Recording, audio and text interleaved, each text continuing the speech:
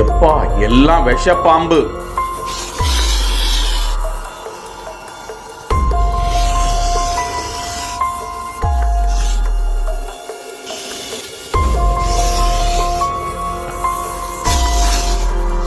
குடியிருப்பு பகுதிகளில் பிடிபட்ட 23 பாம்புகளை வனப்பகுதியில் விடும் காட்சி.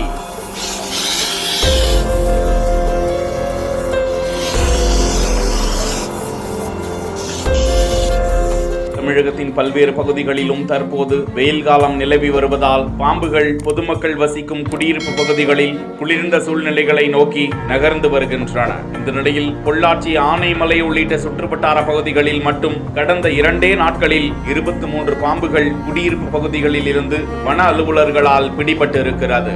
மலைப்பாம்பு, சாரை பாம்பு, நாகப்பாம்பு, கட்டுவிரியன் என பல்வேறு வகைகளான பாம்புகளையும் ஆழியாறு அடர்ந்த வனப்பகுதிகளுக்குள் விடுவிக்கும் காட்சியை தான் பார்த்து கொண்டிருக்கிறோம்.